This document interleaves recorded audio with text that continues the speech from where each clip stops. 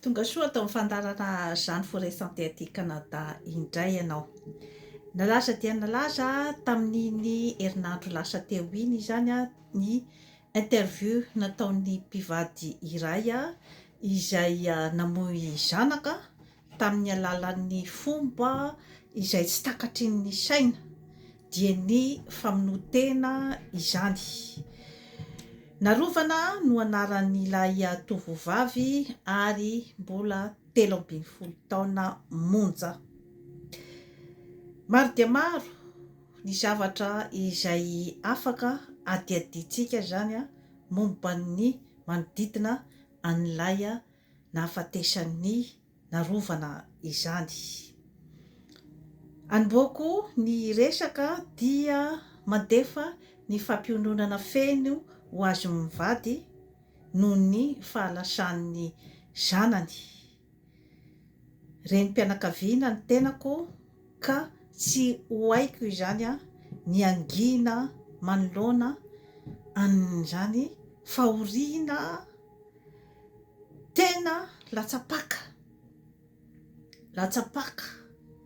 ny fahitana sy ny fandrenesana an'izany zavatra nitranga izany, mampihetsi-po tanteraka ary mandefa ny karazana réflexion amin'ny maha-renim-pianakaviana izany ny amin'ny hoe efa lasa lavitra ny zanakisika ka mila jerena akaiky ny fomba fiainany amin'izao fotoana izao. Maro dia maro ny zavatra izay manodidina an'iny karazana fahafatesana izay atao hoe mistera ihany satria mifono zavatra lalina dia lalina izany ilay fomba nahafatesany, satria maro dia maro zany ny commentaire izay manodidina an'ilay fahafatesana. Commentaire amin'ny maha olombelona izany dia samy manana ny fijeriny. Ao zany ny milaza resaka sorona, tsy idirako ny momban'izay fa azy mianakavy raha ohatra ka nisy izany zavatra izany. Fa ny zava-misy hita amin'izao fotoana izao dia ny hoe maty, namono tena, inarovana, ny fombafomba rehetra izay nataony talohan'ny nahafatesany, ny fombafomba fiainany izay zany no tantarain'ny ray aman-dreniny tao anatin'ny ranomaso tanteraka, ka any izany no andefasantsika ny famakafakana. Maro dia maro ny réaction manodidina reny karazan-javatra ireny. Ao zany ny réaction izay somary masiantsika, izay mitsara ny ray aman-dreny. Ao zany ny réaction malahelo ny ray aman-dreny. Ao ny manome torohevitra. Ny tenako manokana moa zany dia alefako ao anatin'ny ataontsika hoe kategorian'ny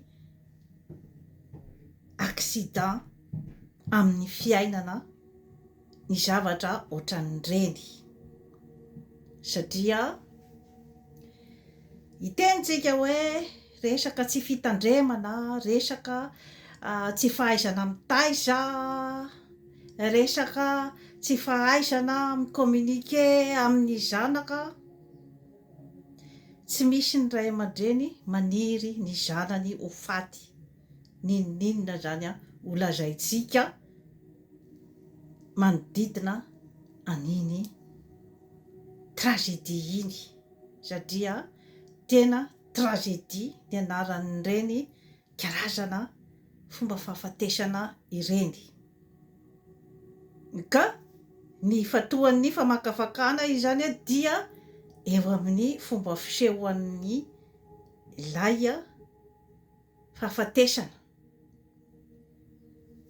Araky ny voalazan'ny reniny izany dia nahitana boky tao aminy izany Death Note ny anarany. Izy io zany dia karazana boky izay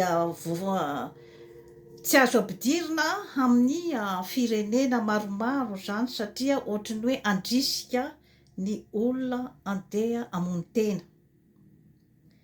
Ny tena ambangovangony moa zany ao anatin'io Death Note io dia ny hoe tsy tokony hatahotra fahafatesana izany ny olombelona fa tokony ahay hiomana ary tokony ahay hiplanifie zany ny fomba hafatesany. Izay zany no torohevitra ao anatin'io Death Note io.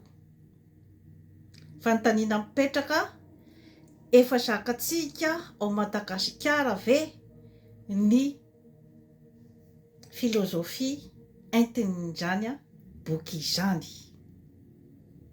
Isika rehetra izany dia afaka mamaly an'izay fanontaniana izay satria hoe ny raim-pianakaviana izany nanao fitoriana mba tsy ampidirana an'ireo karazana boky ireo intsony tsy hanome influence ny tanora sasany amin'ny karazana fanomanana ny fahafatesana. Misy ihany koa zany ny boky manga dessin animé izy io zany izay fijerin'ny jeune amin'izao fotoana izao.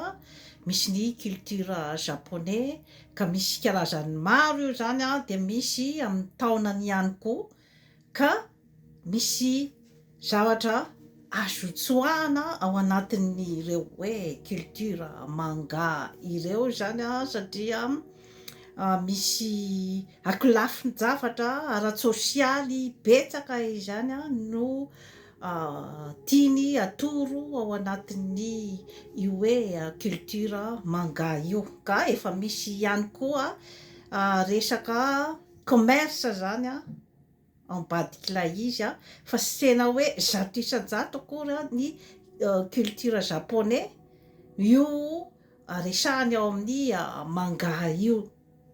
Zany daholo zany mila eritreretintsika daholo ny mikasika an'izay zavatra izay satria ny ambangovangony moa zany dia ny hoe ny fijerevana ny olona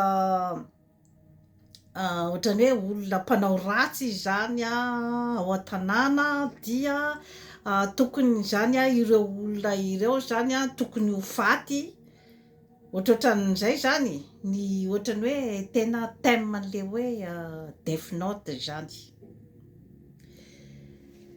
Tsy dirako lalina ny momban'ny famakafakana an'izay karazan-javatra rehetrarehetra izay fa rehefa atao mikabobatana izany dia ny hoe culture tsy culture ny malagasy.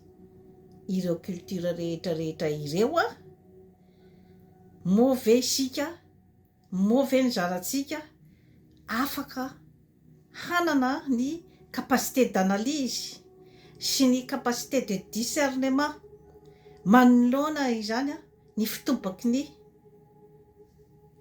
hevitra avy etỳ amin'ny tany mandroso.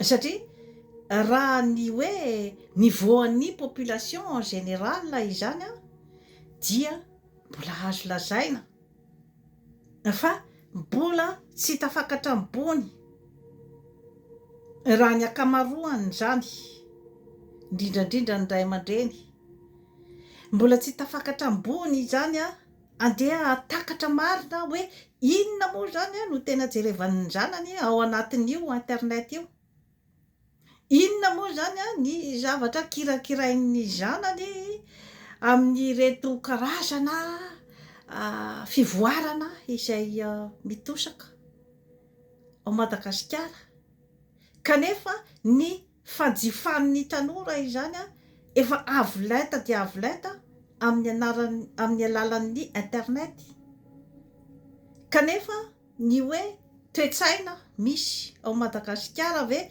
efa afaka mandray an'izay fivoarana avo lenta izay avy amin'ny tany mandroso.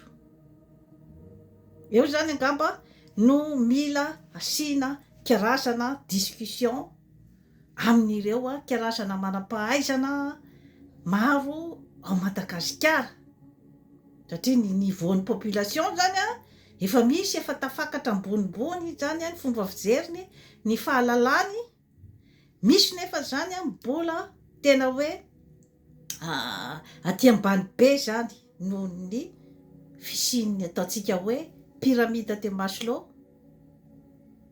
Ny akamaroan'ny vahoaka dia mbola ny hanina hoaniny androany no tadiavin'ny androany, 80% vahoaka mbola mandray $1 par jour. Mbola tsy afaka izany hiakatra ambonimbony kokoa zany ny sarambabem-bahoaka, afaka hanadiady, afaka hitsakotsako, afaka andanjalanja ny fivoarana izay mitosaka ao Madagasikara. Ka raha ohatra ka ny rain'ny narovana izany, izay zany no hoe entiny anaovana karazana deuil angamba izany, sy ny hoe resaka hoe i-conscientisena ny ray aman-dreny hoe zao anie raha olona ny zava-misy eto amin'ny fiarahamonina amin'izao fotoana izao ange no efa tontolon'ny zanakitsika, tsisy maharatsy an'izay intention an'izay, satria mba te hisoroka izy izany ny hoe loza mba tsy hahazo ny ray aman-dreny hafa izany.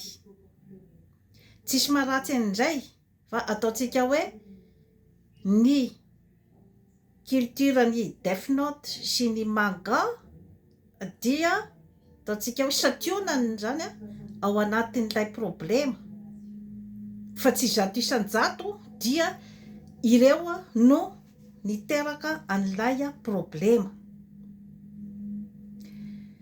Maro dia maro ny problema izay ambadiky niny hoe fahafatesan'ny narovana iny.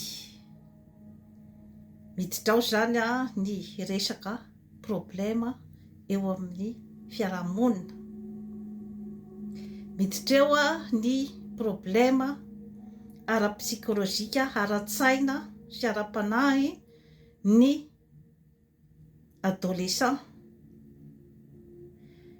miditra eo ny fifandraisana eo amin'ny ray aman-dreny sy ny zanaka, miditra eo ny fahasarotam-piainana ao Madagasikara, ka tsy maintsy mirotoroto ny ray aman-dreny mitady vola ary tsy dia manana fotoana firy omena ny zanany.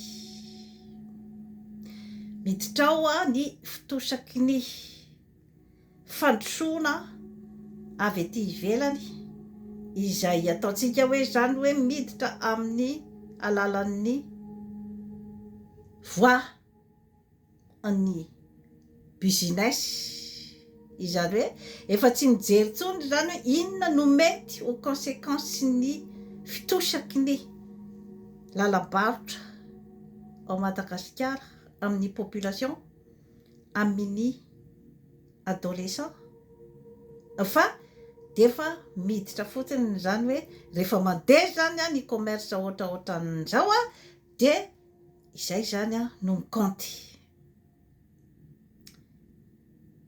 Miditra ao koa ny hoe fanabeazana any an-tsekoly, ampy ve ny fitaovana rehetra hoentina manara-maso ny tanora any an-tsekoly, indrindrandrindra zany eo amin'ny lafiny ara-psikolojika, tokony efa installena any amin'ny sekoly izay hoe soutien psychologique izay, zany hoe misy mihitsy zany psychologue izay karamaina miasa ao amin'ny sekoly iray, satria ohatran'izany ny firafitry ny sekoly ety tsy azo tsika hoditsy hita intsony ny probleman'ny tanora amin'izao fotoana izao, satria na tiatsika na sy tiatsika dia ny tanora no ho avin'ny firenena rahatrizay.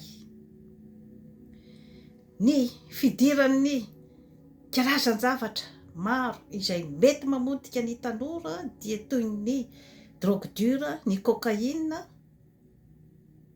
ny LSD sy ny sisa izay hoe zakan'ny sain'ny tanora ve ny fidiran'ireo zavatra rehetra ireo ao Madagasikara.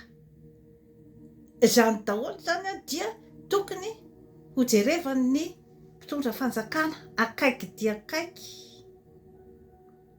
fa tsy afaka intsony zany itsika andeha ise focaliser amina problema tokana ka anao karazana bouc émissaire amina problema tokana, fa problema maro dia maro zany no tafiditra ao anatin'io problema io, ary eo ihany koa zany ny resaka spiritualité. Aiza ho aiza zany ny spiritualité ao Madagasikara,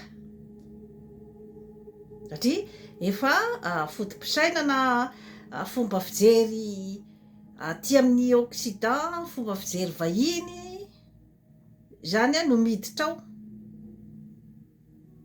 amin'izany hoe Death Note sy ny resaka manga izany, izany hoe ny culture japonais izay hoe mbola somary transformé ihany koa amina but commercial, fa tsy tena hoe zato isan-jato dia io no culture au Japon. Zany zavatra rehetrarehetra izany mantsy zany no tiako apetraka izany ny amin'ny hoe problema manoloana an'iny fahafatesany narovana iny. Idirako zany ny resaka famonotena eo amin'ny adolescent, ny ankizy eritrerony zany, satria tsara ho marihana fa ny dépression nerveuse rehefa miagravy zany tsy misy prise en charge ozy izy ny fitenenana, tsy misy fanaraha-maso avy amin'ny dokotera, dia rehefa miagravy zany ny dépression nerveuse dia miteraka hatrany amin'ny famonotena, izany hoe tsy mahita fahafinaretana amin'ny fiainana intsony zany ny olona iray vokatry ny aretina ao aminy, satria ny dépression nerveuse dia aretina io tompoko, izany hoe maro dia maro no mety ho nahatonga ny olona iray ho reratsaina, mety misy zany ny hoe zavatra efa tsy metimety ao aminy ao, satria mety ho héréditaire koa ny dépression nerveuse, mety ny fikorontanan'ny taova ao aminy no mety mahatonga ihany koa ny dépression nerveuse, mety ihany koa nefa hoe ny fikorontanana avy ety ivelany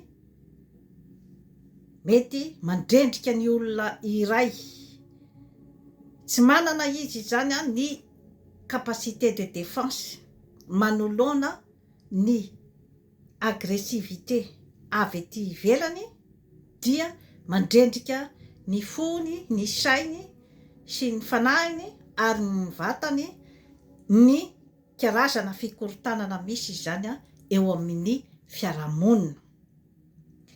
Mila jerevana amin'izany ny hoe inona no zavatra iainany any an-tsekoly.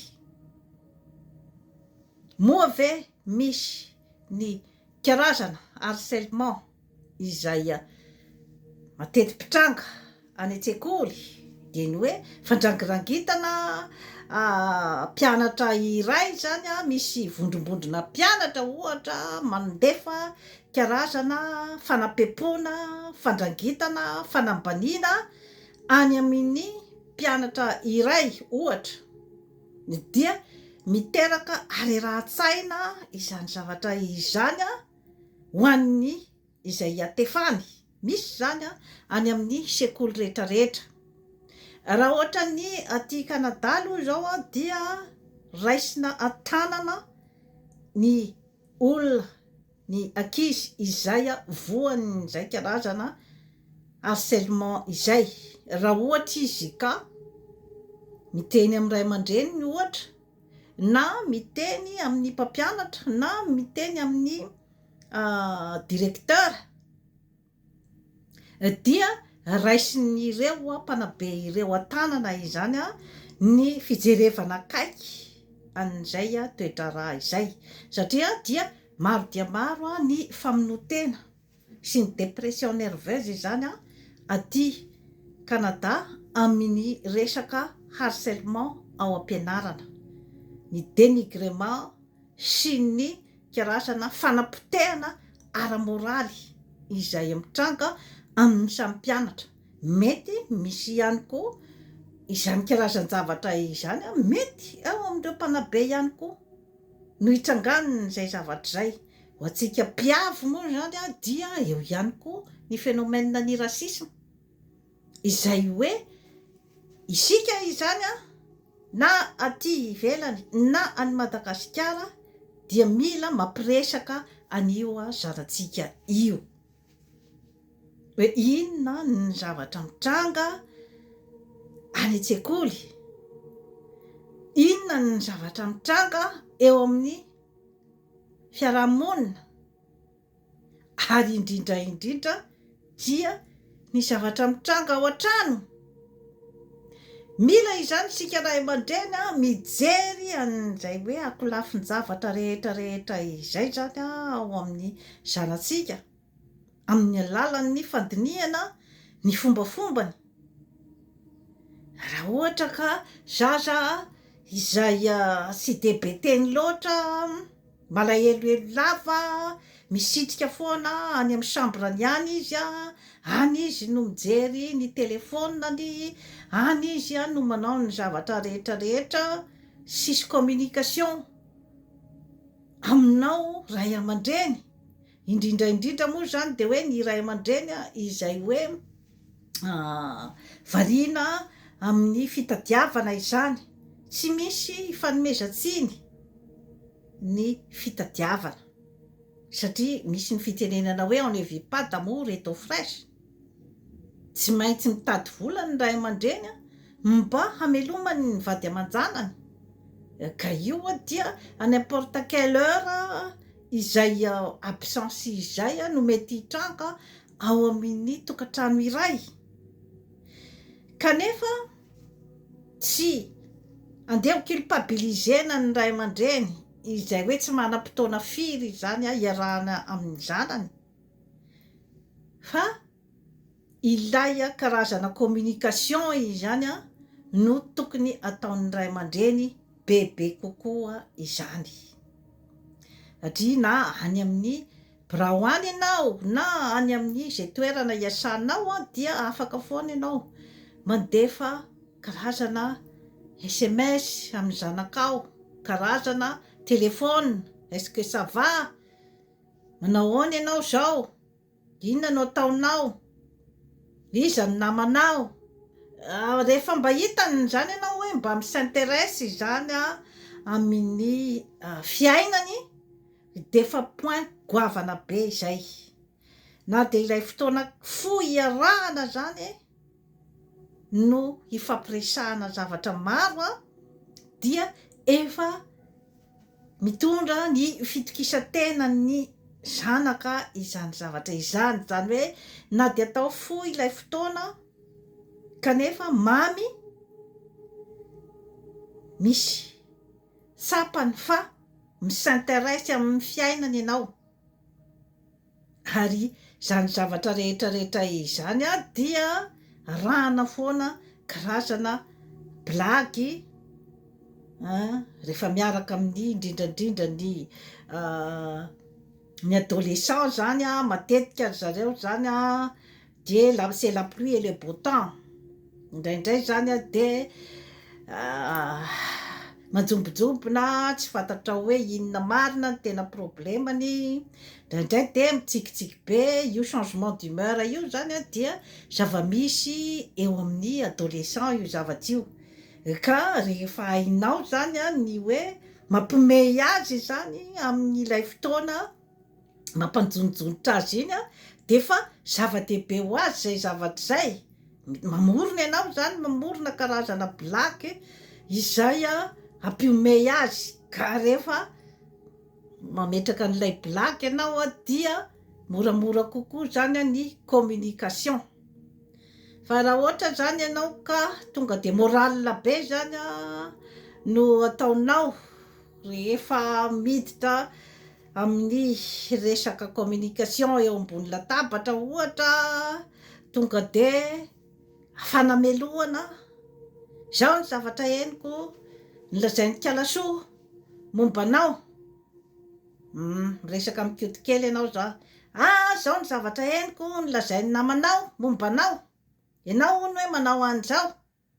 Iny zany a de fa manisy karazana barrière ianao zany a, raha ohatra ka polisy foana zany no ataonao a rehefa mifankahita amin'ny zanakao, de polisy volaire izay zany ny fifandraisanareo, dia tsy hivaky aminao mihitsy izy hoe inona ny problemany a, inona ny aiainy a.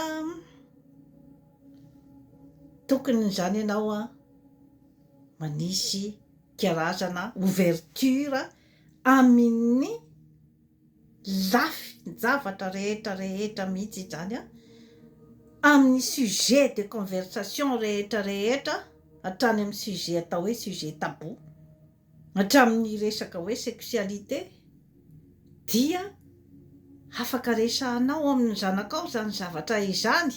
Inona ny probleman'ny jeune amin'izao fotoana izao, afaka resahanao amin'izany, sy misy karazana barrière izany izay hoe tokony apetraka ao, mba azahoanao ny fony, hafahany manokatra ny sofiny ary manokatra ny vavany hiresaka aminao zany a ny zavatra izay hoe iainany sy ny zavatra any am-pony. Tsy voatery izy hitantara aminao ny momba azy rehetrarehetra izany, fa rehefa sokafanao amin'ny alalan'ny blagy kely zany a ny zavatra rehetrarehetra mombamomba ny fiaim-piainan'ny adolescent. Ohatra ianao zao ohatra mandray karazana fitantarana film iray zany a, film momba ny adolescent, izany hoe misy tantaram-pitiavana zany a momba ny adolescent tao zany a, no tantarainao aminy zany a eo am-pisakafoanana ohatra, de mety misy ifandraindraisany zany a any amin'ny fombafomba fiainany.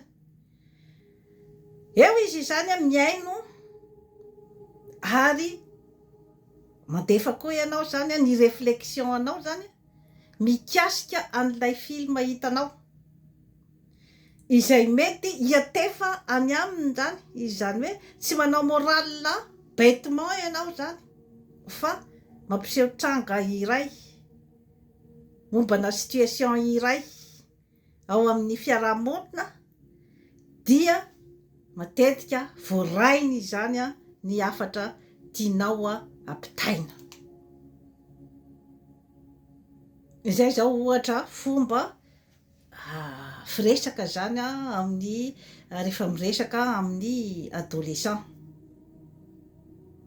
Miha moa zany ny fomba firesako amin'ny zanako dia ny fahafantarako hoe inona ny zavatra ny atmosfera misy any am-pianarana. Miresaka rasisma aho amin'ny zanako miresaka momba ny fiaim-piainan'ny tanora, miresaka momba ny hoe inona zany ny attitude-nao manoloana an'izay zavatra rehetrarehetra izay, satria amin'izao société amin'izao fotoana izao dia ny concurrence misy, ny performance, ny pression, stress zany no iainan'ilay ankizy mandritry ny andro iainany zany. Satria vao maraina miomana, misakafo any am-pianarana mandritry ny tontolo andro, amin'ny hariva vao miverina. Izay zany no iainan'ilay ankizy isan'andro. Misy nefa zany en même temps ny interaction eo amin'ny samy ankizy izay hoe mety tsy de ho mora, izay interaction amin'ny maha jeune azy izay. Misy ny karazana fanindrin-tsindriana izay mety mipetraka eo amin'ny samy jeune. Inona ny attitude raisina amin'ny zavatra ohatran'izay dia ny fikojana, ny estime de soi, ny confiance en soi ary ny amour de soi. Izay zany no tsara ambolena ao amin'ny sain'ny ankizy, izay hoe fitokisan'ny tena izay. Izay fitokisan'ny tena izay dia ny tena baziny dia ato amin'ny fifandraisana teo amin'ny ray aman-dreny. Rehefa nety tsara ny fifandraisana teo amin'ny ray aman-dreny, natsapa izy fa nahazo ny fitiavana avy teo amin'ny ray aman-dreny, fitiavana tsy misy takaliny, fitiavana tsy misy karazana tsindritsindry sy fampitahana, fitiavana izay hoe amin'ny fo madio, tsy idiran'ny resaka concurrence matevina de matevina any am-pianarana, tsy idiran'ny resaka fifanindrin-tsindriana. Rehefa nahazo an'izay izy aloha ao aminao ray aman-dreny dia misy kokoa zany ny ataontsika hoe fitokisantena ananan'ny zanaka. Satria raha ohatra izy ka ao an-trano zany izy mandrefa tsy misy mpiaino, tsy misy mpijery ary mbola voatsindritsindry ihany koa, kanefa ao zany no eritreretina fa azahoana an'izay hoe karazana fitiavana tsy misy takalin'izay raha ara-natoraly zany. Kanefa ao indray zany izy no hoe voatsindritsindry, voan'ny pression. Ianao ray aman-dreny zany no tokony ho supposé fa hanome azy an'izay hoe fitiavana tsy misy takalin'izay. Kanefa raha ohatra ka tsy izay zany no azony ao, rehefa mivoaka ny velany izy zany tsy hanana ny fitokisan-tenany, déstabiliser tanteraka izy zany manoloana ny harcèlement any am-pianarana, manoloana ny fifanindritsindriny ny fiarahamonina, manoloana ny stress rehetrarehetra, manoloana ny ezaka tokony ataony, aiza ny orientation-ny, aiza ny talentany, aiza ny interaction sy ny fifandraisany amin'ny ankizy any velany zany tsy manana an'izay fitokisantena izay izy dia asa gaga raha ohatra ka déstabiliser tanteraka, satria efa voapepo aty an-trano, mbola voapepo ihany koa rehefa tonga any am-pianarana mbola voapepy ihany koa tonga any amin'ny fiarahamonina. Izany hoe ilay système de défense izany a no mety ho sarotra de sarotra ho an'ny ankizy a izay hoe ao an-trano izy izany a efa tsy manana an'izay a karazana stabilité affective izay izany. Ka efa maro dia maro ny fandaharana izay nasehoko teto zany a hoe mikasika ny dépression nerveuse, betsaka ny fandaharana nasehoko teto ny fiainan'ny adolescent, ny maladie mentale izay misy eo amin'ny fiarahamonina izay hoe tsy tena voafehy izany izy io aty Afrika sy Madagasikara, satria raha vao manatona n'izany atao hoe psychologue sy psychiatre zany a de hoe olona adala sy atompoko, tsy voatery olona adala ny mandeha manatona an'ireny a fa olona izay hoe tsy mahavoava ny olana zany. Ka ny fikojana ny atao hoe système de défense izany a dia efa misy ihany koa ny fomba izay atao zany a tongavana amin'izay hoe resaka système de défense izay a atao ahoana zany a ny fomba fisainana ahafahana miatrika ny karazana agression izay avy ety ivelany, de ny fanatevitevenana an'izay hoe resaka hoe fitokisantena sy ny hoe ny personnalité anao a izay tsy voahozongozona izany. Ka zany zavatra rehetrarehetra izany dia fitaizan-tena, fitaizam-batana, fihinanana ny sakafo ara-pahasalamana, ny fanaovana fanatanjahantena, ny fahaizana miatrika ny karazana olana, izany rehetrarehetra izany zany a dia hoe ao anatin'ny fikojana ny vatana, ny saina ary ny fanahy. Ka maro dia maro zany a ny fandaharana izay efa nasehoko teto amin'ny Jeanne Forêt Santé, dia manasa anao zany a hijery an'ireo fandaharana ireo a, ary mijery ihany koa ny hoe inona ny vahaolana. Maro dia maro zany a ny zavatra misy eto amin'ny sociététsika malagasy a izay hoe mbola somary taraiky zany a ny eo amin'ny famahana ny olana, satria ny zava-misy mantsy a de hoe le société zany a efa mandray zavatra betsaka avy any ivelany, na ny sakafo avy any ivelana, ny hanina bifotsy sy ny sisa sy ny sisa, kanefa mbola tsy tena miomana zany a amin'ny hoe inona zany no atao manoloana an'izay fitosaky ny fivoarana izay. Satria ohatra ny aty izy zao mantsy dia manao ny fiainany amin'izay itiavany azy izy, fa ny équipement rehetrarehetra aty amin'ny hôpitaly de efa vonona koa zany amin'izay fivoarana izay, satria miakatra ny taux de dépression, miakatra ny taux ny infarctus du myocarde izay efa manana ny chirurgie perfectionné izy ny anaovana ny chirurgie momba an'izay. Fa ngambany atsika ato amin'ny ilay prévention ngambany no tokony atao bebe kokoa. Ka efa miditra atsika zany amin'ny fiainan'ny stress izay ateraky ny fomba fiainana avy ety ivelany, dia tokony efa hiomana koa zany isika ny hiatrika an'izay amin'ny alalan'ireo psychologue sy ireo psychiatre. De toy izay sy toy izay no azoko natolotra izany mikasika ny hoe problema tamin'iny famonotena nataony narovana iny, jereo akaiky izany ny fomba fiainan'ny zanatsika.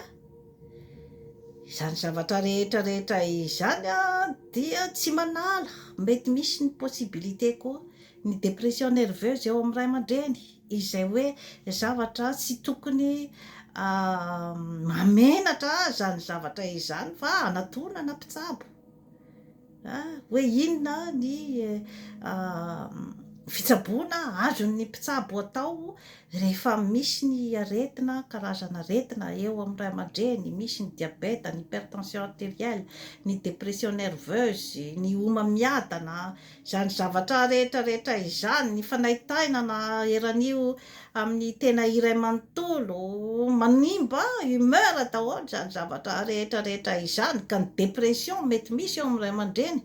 Ahoana moa ny fomba tena ahafahany hoe mijery akaikiny ny zanany raha ohatra izy koa raha marary.